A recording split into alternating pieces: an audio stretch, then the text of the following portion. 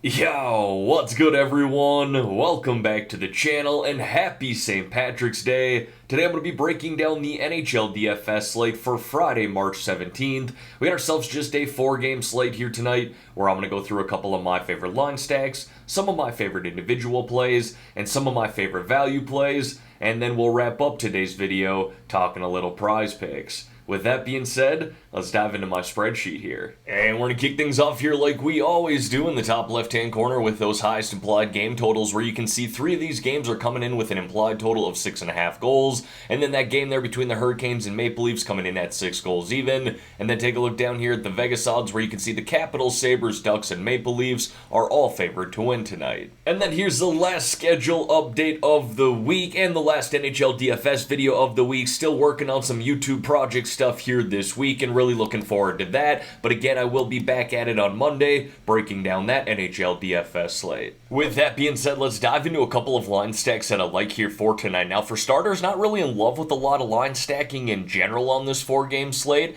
I kind of talk about that in the notes off to the right-hand side. Still like some power play stacks and some mini 2-man stacks, but for the most part, full line stacks didn't really catch my attention here tonight. But one full line stack that absolutely makes sense is that first line for the Buffalo Sabres. We got Thompson centering Skinner and Tuck. These guys have everything you're looking for in a line stack. Play big minutes together 5-on-5, and all 3 play up on the number 1 power play. They've been very good together this year as well. A lot of chemistry between these 3, each averaging over a point per game this season, and got a great matchup here to expand on that tonight against the Philadelphia Flyers, who have been awful defensively as of late, having lost 4 straight games where they've allowed 4 goals per game with a penalty kill that's hit at just a 61% rate. And then a cheaper line stack that I liked here tonight was that first line for the Washington Capitals, and really even more so kind of a 3-man stack between Strome, Ovechkin, and then one of those defensemen that I have listed below, whether it be Van Riemsdyk or Sandin.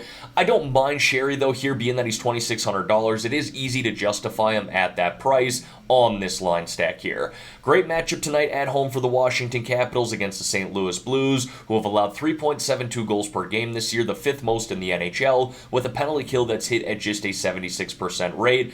And Ovechkin, for the most part, has dominated this Blues team over the course of his career. Pulling open his stats here now, you can see 19 goals, 15 assists in just 23 games against the Blues in his career. Alright, now diving into some of my favorite individual plays here, we're going to kick it off with the forwards. First guy I got there is Boone Jenner of the Columbus Blue Jackets. Could do a little mini stack with him and Johnny Gaudreau, stack up someone like Boquist on the blue line, really target anyone on that number 1 power play for the Blue Jackets. Good matchup here tonight against the Anaheim Ducks, who have struggled on the penalty kill all year long, hitting at just a 73% rate. That's the 4th worst in the NHL, and that's a team that's taken the 7th most minor penalties in the NHL, so we should see the Blue Jackets on the power play a handful of times here tonight. Plus, that's a team that's allowed 4.03 goals per game, the most in the NHL, so they're certainly capable of giving up goals 5-on-5. Hey, take a look at Jenner's numbers here over his past 10. Just 5 goals, 2 assists, 7 points, not averaging a point per game,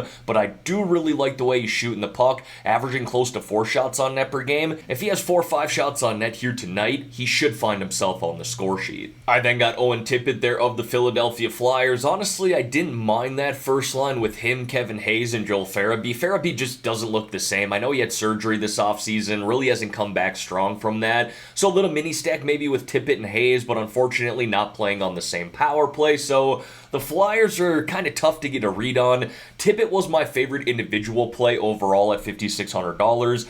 Hasn't found himself on the score sheet a lot as of late, just 3 goals, 1 assist, 4 points in his last 10 games. But another player here who's really firing the puck at a high rate as of late, with 47 shots on net during that stretch of games.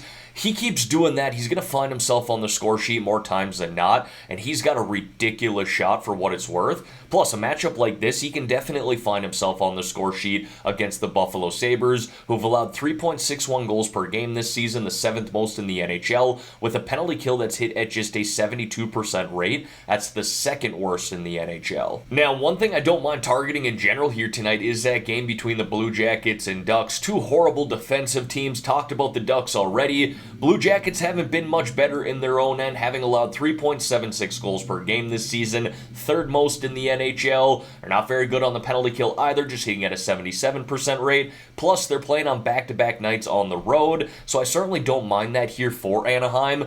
Now, we could go with that second line of McTavish and Troy Terry, or this first line here with Zegras and Strome, or again, kind of target that number one power play, where all four of those forwards play on the number one power play. I like Zegras of those four, though. 2 goals, 7 assists, 9 points here in his past 10 games. He's definitely someone who can have a multiple-point game and even get you 25-plus DraftKings points. I then got TJ Oshie there of the Washington Capitals, and you can mix him in with that second line of Kuznetsov and Wilson, or stack him up with that number one power play if you wanted to.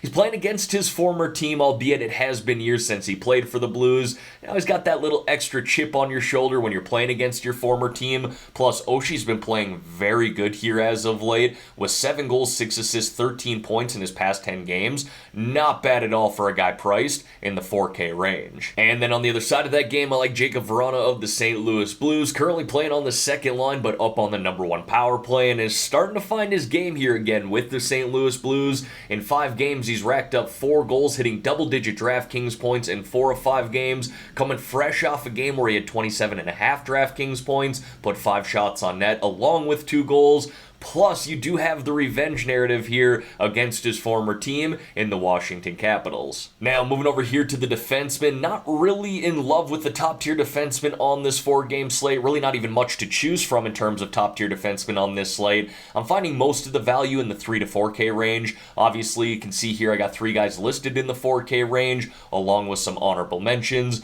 But one guy I would certainly pay up for is Rasmus Dahlin of the Buffalo Sabres. Again, a great matchup against the Philadelphia Flyers, whose penalty kills hit at just a 61% rate over their past 4 games. But the camp follower there of the Anaheim Ducks could do a little mini stack with him and Trevor Zegras, Troy Terry, McTavish, Strome, again targeting that number one power play against Columbus. And then these 2 defensemen here for Washington. I prefer Sandin at $4,200, being that he gets more time on that number one power play, but Van Riemsdyk has been putting up really good numbers as of late, and he's a very well-rounded defenseman who can rack up DraftKings points in a number of different ways. I certainly don't mind him at $4,600 either. And then I'm highlighting just one goaltender here for tonight, Ilya Samsonov of the Toronto Maple Leafs. He was my favorite goalie play of the 8 to choose from here tonight.